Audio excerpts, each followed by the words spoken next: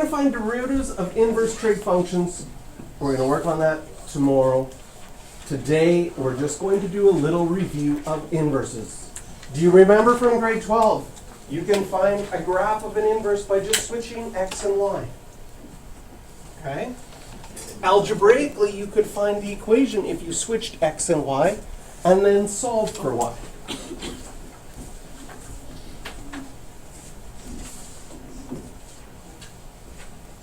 Do you remember the vertical line test and the horizontal line test? Something's a function if it passes a vertical line test. For example, a parabola is a function because if I took a vertical line, there we go. Wow, that's not a vertical line. Nope, let's work at this again. There we go. Straight up and down. If I took that vertical line and I moved that vertical line across my graph, I hit it only once. That's the vertical line test. And if something hits it only once, it makes it a function. If I switched x and y on my parabola and graphed it, I would get a sideways parabola. In fact, what is the inverse of x squared? Square root of x. But a sideways parabola has a plus square root of x and a negative square root of x combined. And when you combine both of those, when you combine both of those, the unfortunate thing about the inverse here is it's not passing the vertical line test. Which is why we ran into this first major weird thing in math when they said, oh, square roots, we're only doing positives. We're not doing negative answers. Because your calculator could not function otherwise. Because it doesn't pass the vertical line test. So for an inverse to also be a function, the original function had to pass a horizontal line test, which a parabola doesn't. So how did we get around this in mathematics? In mathematics we said, well, it would pass the horizontal line test if we ignored half of it. And that's exactly what we did. We took out our eraser and said, let's just ignore the negative part and take the positive part of a parabola. That would get rid of this part here down below and just get us our positive square roots. Let's not think negatively. And we're fine. And this becomes the rule for doing inverses of things that don't pass the horizontal line test. We restrict their domain so they pass both the vertical and the horizontal line test. And we call functions that pass both one-to-one functions. They're one-to-one, meaning every x value has one y value, every y value has one x value, one-to-one. Those are functions that pass both the horizontal and vertical line test. Think about your trig graphs. Trig graphs are really bad for passing the horizontal line test. And so we have to erase a lot of the graph when we get to our trig stuff to make it work. That's what we're going to do tomorrow.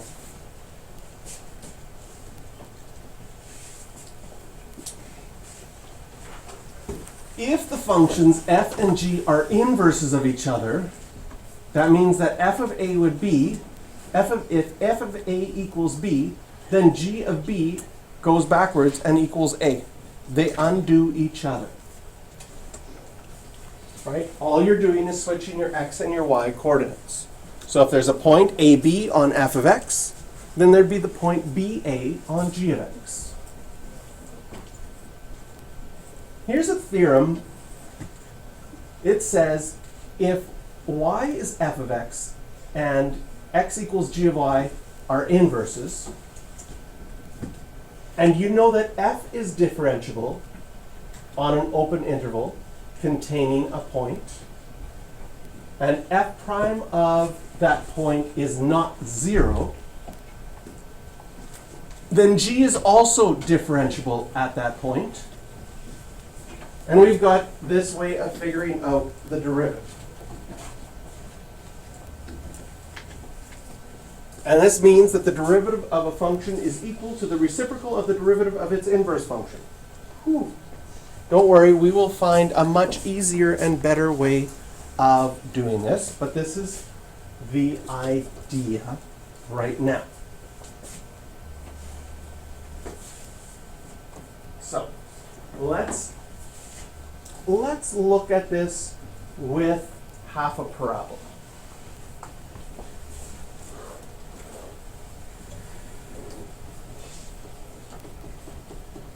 Here's y equals x squared, and I'm going to choose the point 2, 4, because that's on that graph. The inverse of y equals x squared, in blue here, would be the square root of x. We would have this half because I'm only taking that half. And instead of the point 2, 4, I would have the point 4, 2.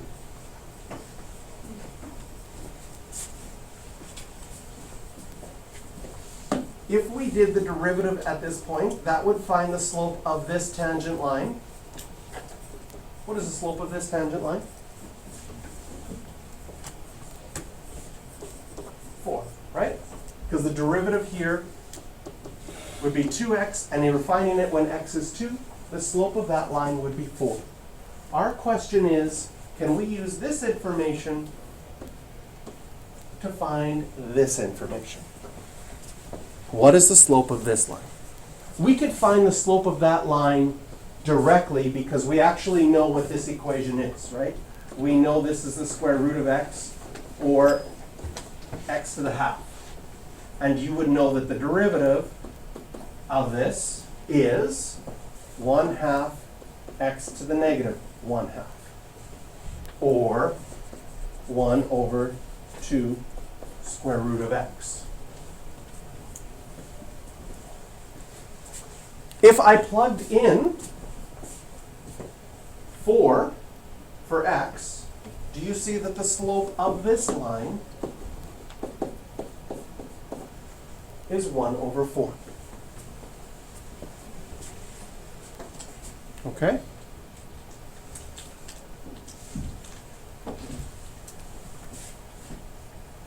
Watch. The simple part of this is as follows, okay? So the formula says that if I have the point x0, y0, my point I chose was 2, 4. I always find when you're learning something general, like a formula like this, it's really confusing when you just see the general form. And you'd be like, I have no idea what's happening there. But when you take a specific example, all of a sudden it's like, oh, that kind of makes sense. Okay? And I'm hopefully going to make this make a lot of sense for you. That's my plan. Okay? It's saying here that if we had a point that the slope of the inverse at the corresponding point is going to be the reciprocal of the slope at this one. Okay? So here I have 4. That 4 right here is this part right there. That's my 4. F prime at my point is 4. G prime, the slope at the y value, which the y value becomes the x value, right? G prime is going to be the reciprocal. Okay? Now, to make this super easy, this is how I look at it. What is slope? If you go back to grade 10 and you had to describe it in words, and someone said, can you describe slope in words? It's what over what? Rise over run. Rise is your y values. Run is your x values. If inverses switch your x and y values, and the slope here is rise over run, does it make sense that the slope here would be run over rise? We flip to your x and your y values. That's all this formula is saying in simple forms. If you can find the slope of your original function at the corresponding point on your inverse, it's going to be the run over rise instead of rise over run, because all of your x's and y's are getting switched. That is this theorem in a simple form. So your rise over run becomes run over rise on the other one. And this will be true for any function.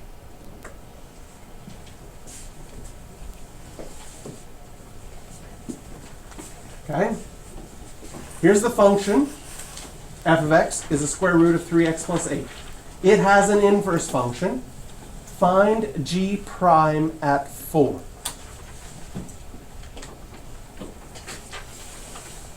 We'll look at two different methods, then I'll tell you which one's my favorite.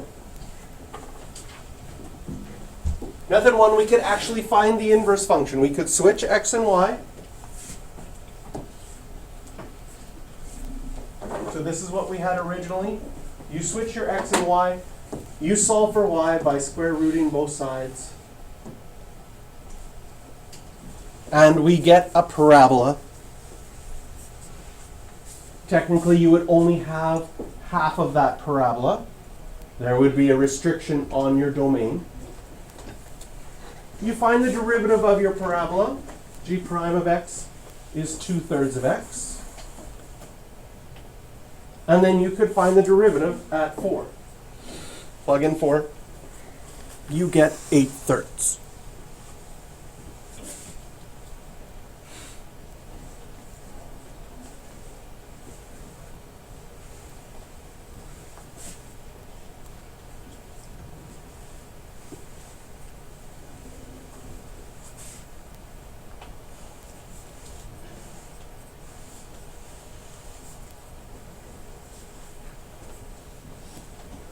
Method 2, you could find f inverse of 4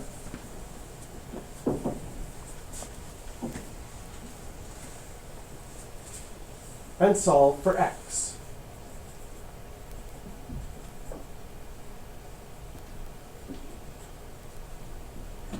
In other words, sometimes I like to make a chart on here. Here's my g of x. Here's my f of x. On g of x, we have 4 comma something. Because that's what the x value that is getting plugged into g prime. Which means on f of x, you have something comma 4.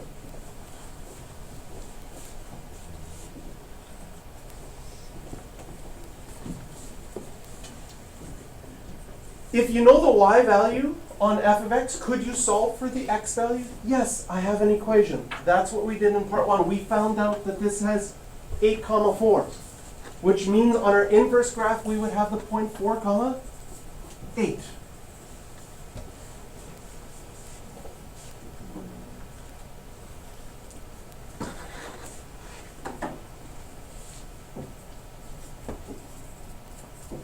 I can find the derivative of f using my chain rule. The 1/2 comes out in front, keep the inside the same, subtract 1 from the exponent, then multiply by the derivative of the inside. And I could find the derivative at 8.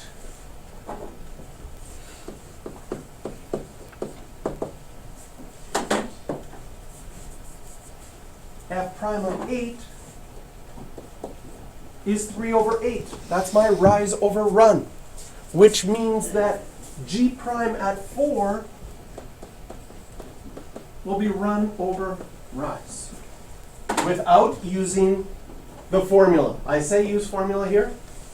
You see how I'm getting rid of the formula? You're gonna, like, to memorize that formula with XOs and YOs is just gonna make your head go, uh-oh.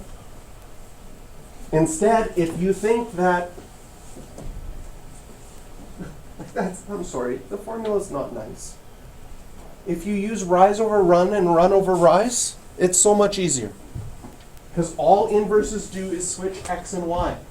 So if the derivative at 8 is 3/8, that means the derivative at 4 for the other one will have to be the flip, because you're just switching your x's and your y's. And will be 8/3.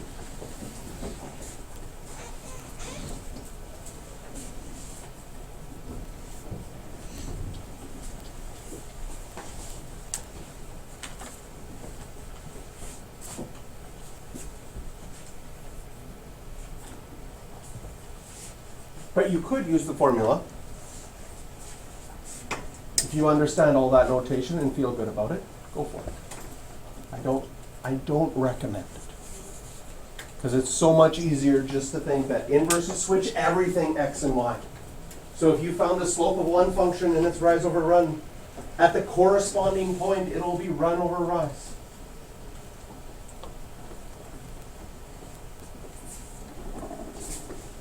And for a lot of things, so in this one, I actually like just making a chart and using method 2 without the formula better.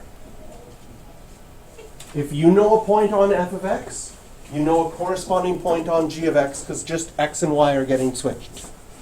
If you know the derivative at a point on f of x, you know the derivative at its corresponding point, right? Because this is rise over run, so it has to become switch x and y, run over rise. Have you ever seen the triangle for like change in? You ever seen that before? Sometimes, do they use it in physics? Like, who comes up with these things? Oh, I think we should do change. We should use a triangle. Okay. Is a triangle somehow related to delta? Is it a Greek letter? I think it is. The Greek letter delta is a triangle. So then that makes sense for whoever decided that we should use a Greek letter for change. Which then, that doesn't make sense. Wait a minute. Okay, so let's look at the second one here. And this is where we'll end for today. The function f of x, x cubed plus 2x minus 4 is 1-to-1 and has an inverse function. Find the equation of the tangent line to the graph at G at the point 8, 2 on G.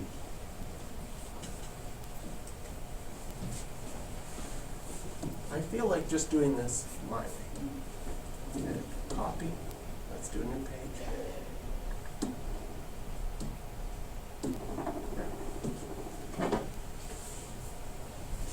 So, f of x and g of x. If you know that you have the point 8, 2 on g of x, what point do we have on f of x? We have the point 2, 8 on f of x. If you find, right, the question says, find the equation of the tangent line on G. What are the two things we need? We need a point. We've already got the point on G. We need the slope at that point. That's what we don't have. And we don't even have an equation of G. Method 1 in the previous one would say switch x and y and solve for y. You can do that, and I would say good luck. It's not going to be nice or fun or easy or anything. Method 1 would really suck in this question, because solving y cubed plus 2y for y is not nice. You'd have to come up with some sort of brilliant completing the square in terms of y, which I don't think is going to happen. So instead, we say, well, I could find, try that one more time. I could find f prime of 2. F prime of 2, well, f prime of x is 3x squared plus 2. That's easy. So f prime of 2 is going to be 14. F prime of 2 is 14. That's my rise over run. So at the corresponding point on G, I'm going to have run over rise 1 over 14.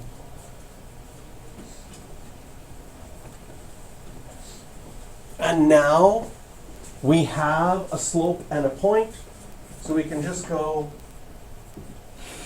right, y minus y1 equals m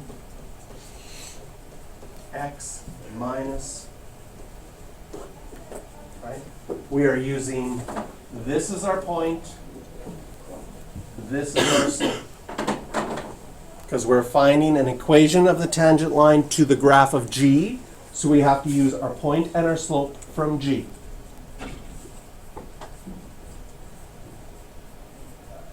I could also do y equals mx plus b, but I just did y minus y1 equals mx minus x.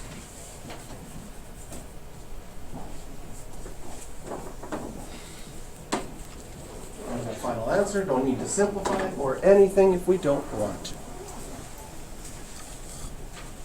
Question? Why is x being subtracted by 2 in the bracket? Shouldn't it be 8? Oh yeah, that should be 8. That's why everybody's reading in that confused look. Yeah, okay. I see. Thank you so much for noticing. The x value is 8. The y value is 2. There we go. Okay, this is where we will end for today.